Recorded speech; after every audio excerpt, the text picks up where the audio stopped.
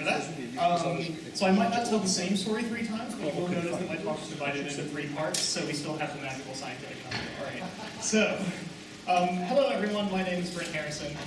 I'm an assistant professor here in the computer science department, and today I just want to talk to you, give you an overview of a subfield of AI that is very important to me, and I think is very important to the AI community at large, and that is AI and storytelling. And so I'm going to give an overview of all the past, present, and future that you need to know to really understand the field. So let's start off with a question that I have to answer more often than I would really like to, which is why stories? Why do we care about stories and storytelling? And so for this, I would say to them that whether you know it or not, storytelling is something that is a huge part of every single one of you. It is how you communicate to your friends, to your family. It's how you convey complex ideas. And it's how we make sense of the world around us. And for example, that last one, look no further than the ancient Greeks and Romans. Natural phenomenon that they can't explain scientifically or analytically, they will construct stories in order to make sense of it. And so there is something inherent, there is an inherent coupling between humans and storytelling that I think is incredibly important, and it's especially important to AI researchers if we ever want to reach this point where you can have successful integration of human or AI. What was that? Oh, but look, she's so happy. But all this to say, if we want to live in a world where AI systems and humans have integrated it themselves, and AI systems are highly useful in society, I would argue that storytelling and story understanding are fundamental skills that these systems will need. Because this is how we communicate with each other. How can we expect, or in order to, for a system to communicate with us, we need to be able to understand and tell stories. So this is my motivation. This is why it's so important to me. And before we move on any further, some maybe boring vocabulary words just to tell you what I mean when I'm talking about a story. And for that, I'm going to talk about the 3 levels of analysis in narratology. Narratology is the science of the structure of narratives. So at the bottom level, you have something called the Fabula, and this is an image that I stole directly from XKCD, sorry XKCD. But it very well describes what exactly the Fabula is. The Fabula is just a sequence of events that in the order that they happened, and that all constitutes a story. So in this case, we have an image of what most of the main characters in Jurassic Park were doing. And it's the exact order that it happened. And this is important to distinguish it from something like the discourse, which we'll talk about now. So who's seen Memento? Oh, so good. Okay, good on all of you. So Memento, for those of you who haven't seen it, I suggest that you do. It's a very fun movie. But Memento is notable because it is a story told in reverse. Because Guy Pearce, the main character there, has short-term memory loss, and that was meant to simulate what it would be like if you had short-term memory loss. And so the Fabula of Memento is actually very boring. It is all the events in the correct order that they happened. But the discourse is what makes this story interesting. Because the discourse is the events as they are revealed to the audience. And so it would be the Fabula, in this case, reversed. And that's the middle level of analysis in narratology. And at the top level, we have something called media. This could be the text, the words on the page, or the camera shots of a movie.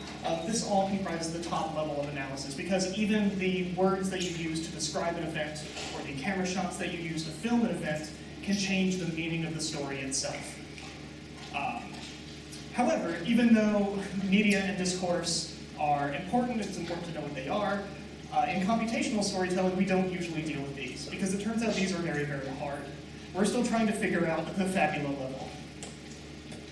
So with all of that, now you are able to join me on this story that I will tell you about the history of AI and storytelling. And we'll start with the ghosts of AI storytelling past.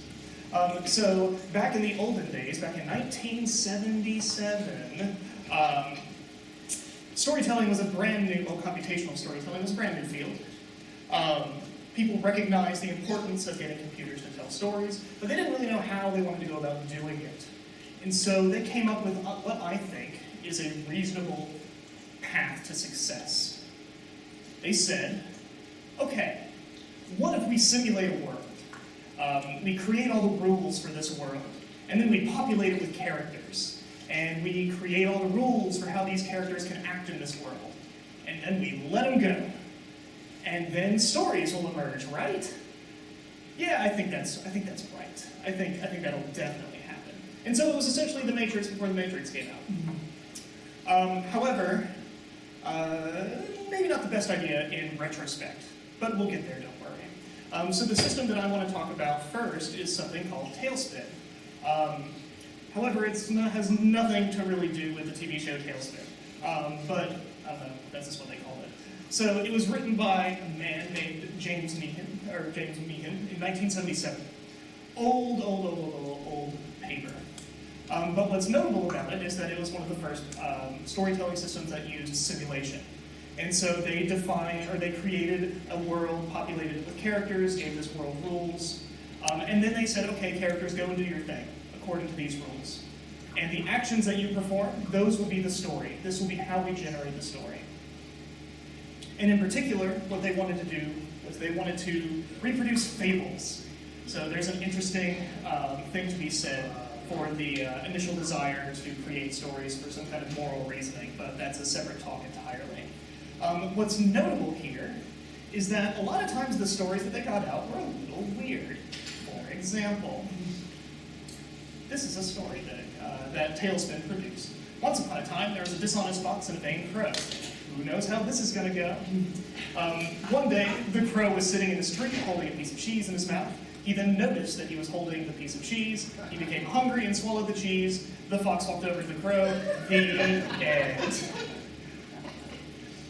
Cracks are starting to show, I think. So, this is one of the problems with simulation. So even though simulation, like on paper, it seems this should work, you can get really boring stories. Because you're just letting characters go and do whatever they want. So in this case, there was a rule that said, oh, if a character is hungry, it needs to eat. So, well, the crow got hungry, had cheese in its mouth, so sure, I'm going to do what a crow does and eat it, the end. But that's not very interesting.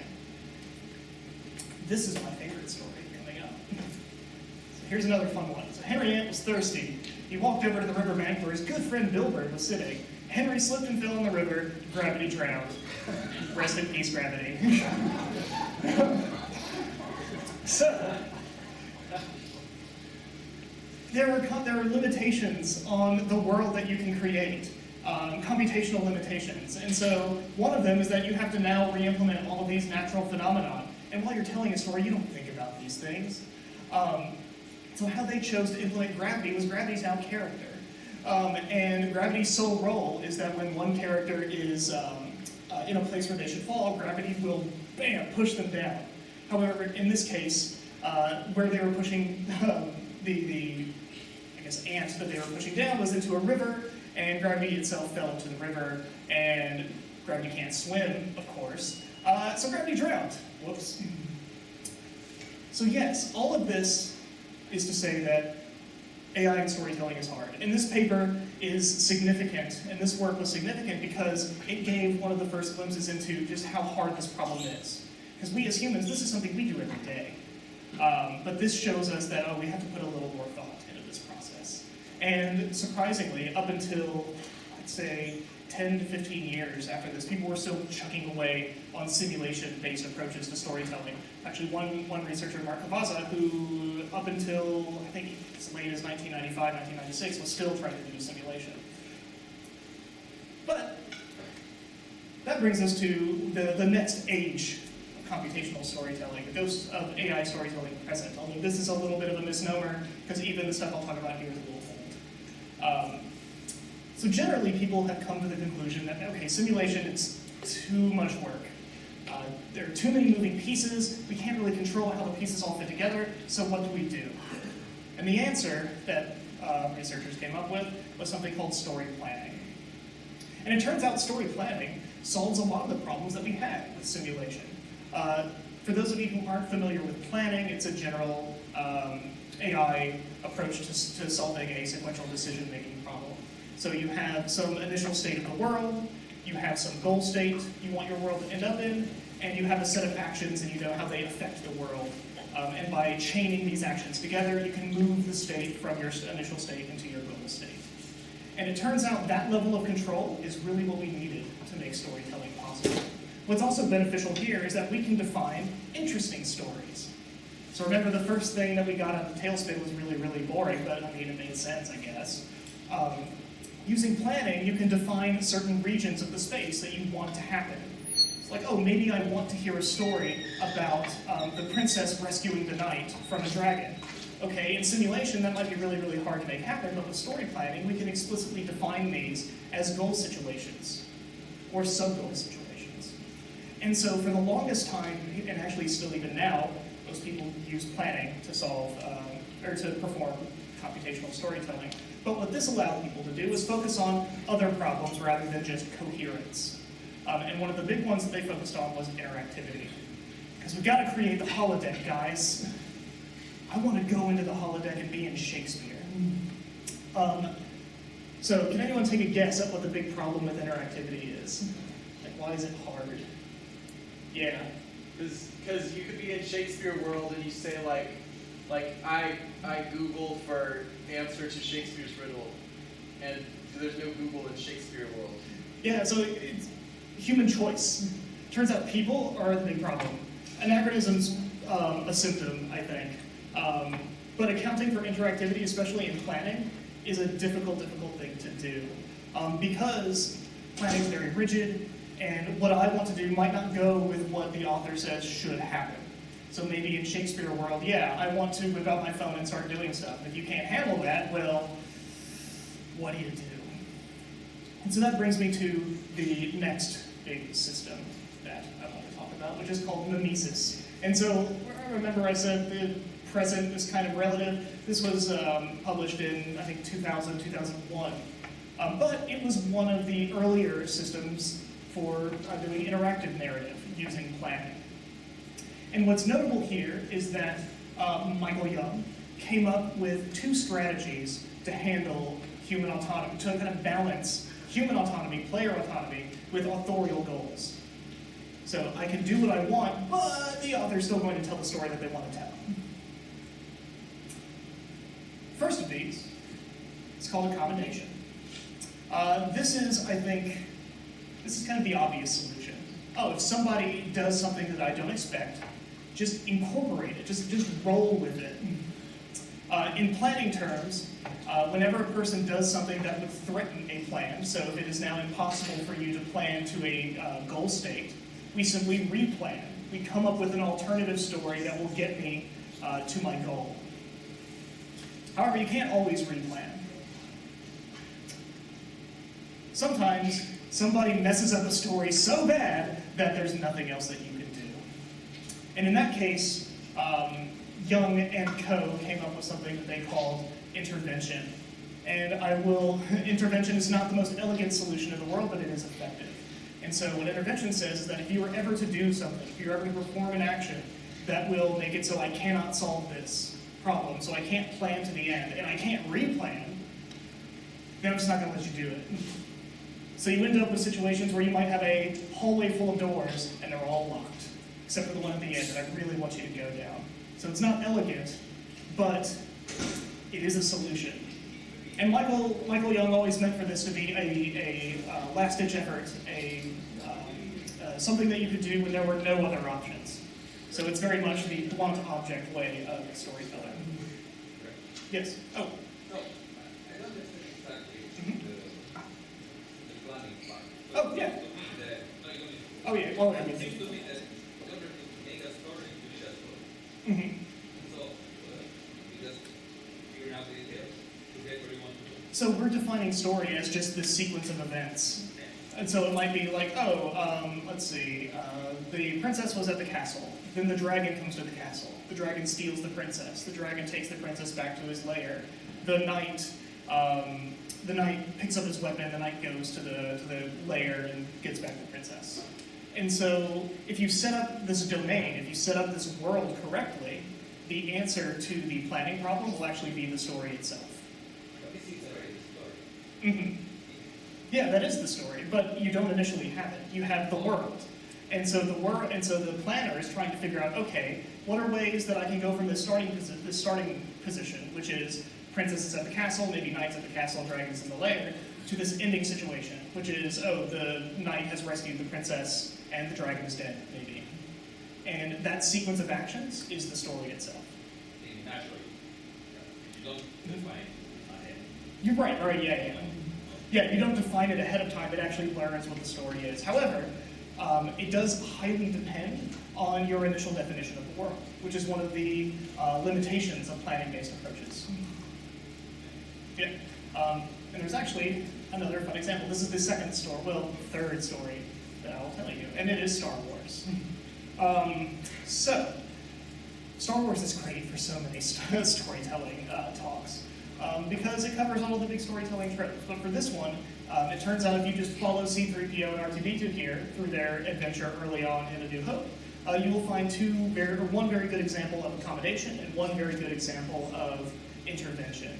So let's assume that our starting world, our starting location in this planning problem is R2-D2 and C-3PO are in the desert of Tatooine. And we really need them both to end up with Luke and Uncle Owen back at the farm. Well, we all know what happens after this. Well, maybe we don't. But what happens immediately after this scene is that they split up. So we can think of this as the user taking action. The user decides, no, I'm not going to just go to Uncle Owen's house. I'm going to split up because I'm sick of this. Maybe the user is C-3PO in this example. And so they immediately split up. Now, one thing that you could do, if you wanted to accommodate this story, just roll with it. Maybe you generate some Jawas and shoot R2-D2. So the action was allowed to take place because we knew we had another plan that we could go to, or we could find another plan that would at least get R2-D2 to Uncle Owen, which was Jawas. Just a little bit later, we end up at this scene though, where Luke is going to buy droids, and he's got a droid that can understand Bocce, but he wants, Uncle Owen wants this other unit, I think it's R4. And Uncle Owen says, nope, I'm buying this one. And in this case, the user is Uncle Owen, but we, the author, we know that we need R2-D2 to be there. If we try to replan, we can't find anything, because, Uncle Owen's made his decision. So what do? We intervene. We don't let that happen, and we blow up R4. So this would be an example of an action just not happening. So we couldn't accommodate it, so we intervene and we stop it. And even today, mimesis itself is not used, but mimesis has spawned many other systems that are still pretty much the exact same thing. So even though this was published in 2001, it's still incredibly relevant. But this brings me to my last little bit. Oh, yes. So in that last example, Mm-hmm. the machine decides both that R2-D2 needs to be the main thing and to interactively force that, or like the human author. So the author decides that R2-D2 needs to be, R2-D2 is the one, and he needs to end up with Uncle Owen. The author gives all of that, the author specifies that in the planning problem. But the system decides that, okay, in this case, I can replan, I can accommodate this user action, and we'll just have a Java shoot R2-D2. And it also decides that, okay, when Uncle Owen buys R4, I've got nothing else that I can do, so I can't let this action take place. So even though the author specifies the goal, the system determines how best to accomplish that goal. And that's like the general framework for mimesis? Yes, that is the general framework, and that's the general framework for interactive story planning in general, really. Okay. All right. So, eye towards the future. One of the big limitations, as was kind of pointed out, with story planning is that we have to define this world. We have to define all of the actions that you can take in this world. We have to define even the goal. And that can be incredibly costly. That can be time-consuming. Maybe I don't want to rebuild all of Star Wars world from the ground up. George Lucas already did it. And so one of the and so one of the directions that I see storytelling going, and I'm even seeing it right now, is to find ways to do away with that domain model. So think of storytelling in a domain where your action space is the entirety of human language. So anything you could possibly say is an action that you can take. It's an incredibly hard problem. But it turns out that, and this is probably what you were starting to get at things, if we have enough examples, we can start to learn some basic story tropes. So by getting robots, getting AI systems to read hundreds, thousands, maybe hundreds of thousands of stories, over time, what we hope is that it can learn some semblance of a story structure, learn what it means to tell or understand a story. And as with anything now that has to deal with large amounts of data, deep learning comes to the rescue. So it turns out deep learning is very good at generalizing patterns out of large amounts of data. So now I want to talk about just, well, very quickly, some of the things that have been done in this space. And gratuitous self-plug. So this was some work that I did earlier last year. And it was solving a little bit of a different problem. So one of the problems with neural networks, especially when used to tell stories, is that they lose the context of the story very quickly. If anyone's worked with chatbots at all, it's the same kind of thing. You create a neural network to chat with a human. After like 4 rounds of conversation, the neural net's just going, yeah, I don't know, I don't know, stop talking to me, I don't know. And this was one of my first attempts to keep it on task. And the thought was, if we could combine a neural network with MC-MC sampling, we could try to wrangle it in, try to force it to stay on context. And so what we did here is we had one neural network, this sequence-to-sequence model, that would learn a general scaffold model of events. And we were looking at the CMU movie corpus to do this. So we had a bunch of movies. We turned these movies into sequences of events, and we ran them through this neural network. We said, okay, learn for me the sequence of events, but I kind of know that it's only going to be a local sequence. That's okay for this one. We also had another less important neural network that would learn the general, these are the things that need to happen in this story. We need to see event 1, then we need to see event 2, and then we need to see event 3, but all kinds of things could happen in the middle. And so we use these as selection criteria in an MC-MC algorithm, or an MC-MC optimizer. And what we found, and I don't have the results here, but what we found is that, yeah, you can heavily shift the story generation distribution just by using standard MC-MC methods combined with this intelligent rejection or acceptance criteria. I want to say that without it, if you were just randomly selecting events, you'd maybe hit the criteria 1% of the time.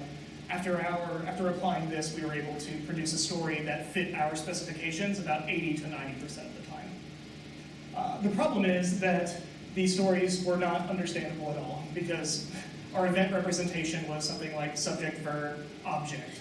Pretty hard to generalize a sentence from that. So that's still future work, translating these events back into natural language. And that was one way to, again, solve the problem of keeping a neural net on task. Folks at MIT took a slightly different approach. So Shelley is an interesting case. Shelley is an AI system that tells horror stories.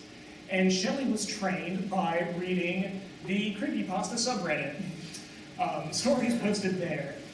And what Shelley does is she posts beginnings of stories on Twitter. And then people can tweet back to her and continue the story. And then she'll read this and she'll be like, okay, I'm going to continue this story again. And so it's this co-creation process of back and forth storytelling. And it turns out by injecting the human into this and not requiring Shelley to do all the work, she can stay on task surprisingly well. So this is a little long, and I don't expect you to read all of it. But if you just even read the first 2 sentences, you can start to see, it's amazingly coherent. The bold sentences are Shelley, and the unbolded sentences are humans on Twitter. So, let's see, starting, I started to breathe again. The chains in my ankle twitched and the shadow continued to stare. A silent cry and a few signs of life began to form. End of Shelley sentence. Beginning of human sentence. I had no idea. I raised it. End of human sentence. I had to do something, I had to see it, I had to. I was going to find out, I was going to get away from this thing, I couldn't let it get me. For a horror story, this is surprisingly compelling. And the reason that this works is because Shelley's not having to generate the whole story and maintain context. The human gets to step in every so often and redirect Shelley if need be. Insanely clever, and this is actually something you can find online. It's still out there, it's got a bunch of other stories that you can read. And these are the things that I think are the future of the field. This kind of open, broad storytelling, yes. So what would happen to Shelley if somebody did something that's like counterproductive, like then the sun began to shine and the user was replaced? So she would, Shelley would try to steer things back to what she knew. Because in this case, Shelley only knows horror stories, so she would try her best to make that sentence fit with not only local coherence, but also global. So try to make it fit with everything else that had been said. But in most of the examples that they put on their website, people are playing fair. But that is one of the issues with these neural approaches, is they are susceptible to people not playing fair, to poisoning, if you will. Yeah. How's the grammar so good and like quote matching and stuff?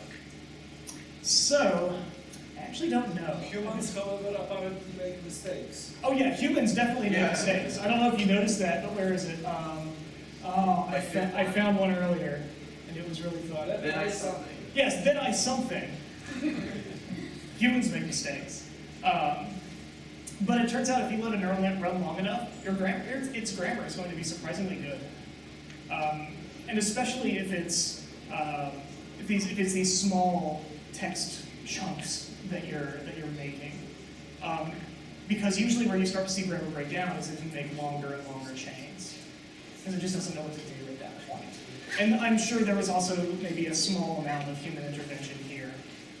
However, I've not been able to find the paper on this just yet. So, yay, proprietary. But, yeah, that is my thing. So does anyone have any other questions? Yes. Yeah. So this problem clearly has been solved long time ago by Stanley Gardner, who had a stable of writers, told them this should happen, a couple of notes, and it was filled and solved. So not only it was worked, it was solved. Solved at the time, right? Can you do something similar, that you drop a couple of points? So there's a book. It's called Plotto. I forget who wrote it, but I want to say he was like a serial mystery writer. And what he said is, I'm going to start this project to summarize all of the different plots that could be possibly created into this one book. And he wrote the book, and you can get it. Parsing the book is a little difficult. But what you find is that even with just those rules, you don't get the full breadth of stories that you would really want to see. You might get some common ones, but often, and even then, oftentimes those rules will spiral off into weird corner cases that don't make interesting stories. Most efforts to define nice computational rules that computers can use to tell stories haven't been successful. And so something between that translation of what makes, like, how do I write a good story versus how does a computer write a good story, there's a disconnect there. And bridging that gap, which I think we're close to, but that's the real problem now. If that makes sense. Yeah. How can you give me a time estimate on how long until my dungeon master can be a robot? Oh, okay. Dungeon master be a robot. Let's see. I have to say that the Shelley thing kind of works the same way the dungeon master would, where you and you could use it in a D&D situation to train neural net like that. So let's just say that all the rules of D&D are gone, and you're just focused on the story. I'd say for a good one, we're still probably like 5-10 years, and that's a super ambitious estimate. Yep, sorry. You'll have to interact with people a little longer. Well, thank you very much. Yep.